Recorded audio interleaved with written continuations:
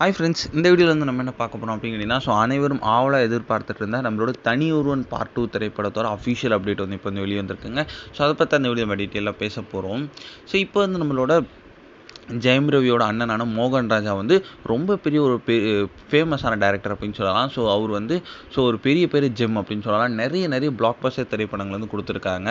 இப்போ வந்து நம்மளோட அப்படி அவரோட லிஸ்ட்டில் ஒரு பெரிய பிளாக் பஸ்டரான திரைப்படம் தான் தனி ஒருவன். இந்த திரைப்படத்தை வந்து அவரோட சொந்த தம்பியான ரவி மோகனை வச்சே வந்து அவர் வந்து இயக்கியிருந்தார். ரொம்ப பெரிய ஒரு பிளாக் பஸ்டர் அப்படின்னு சொல்லலாம். ரவி மோகனோட கரியர்லேயே ஒன் ஆஃப் த பெஸ்ட் அப்படின்னு சொல்லலாம். அவரையும் தாண்டி அந்த திரைப்படத்தில் அரவிந்த் சாமியோட கேரக்டர் ரொம்ப நின்று போயிடுச்சு. இந்த திரைப்படம் வந்து கடந்த 2015ஆம் ஆண்டுலேயே ஒன் ஆஃப் த பெஸ்ட் அப்படின்னு சொல்லலாம். இப்போ வந்து அடுத்ததாக வந்து தனி ஒருவன் பார்ட் 2 எடுக்கலாம் அப்படின்ட்டு வந்து கடந்த 2023ஆம் ஆண்டே வந்து ஒரு வீடியோ மாரிலாம் வந்து சென்ட் பண்ணியிருந்தாங்க. ஆனால் வந்து அதுக்கப்புறம் வந்து அந்த திரைப்படத்தை குறித்து எந்த ஒரு அப்டேட்டுமே வெளியேறலை.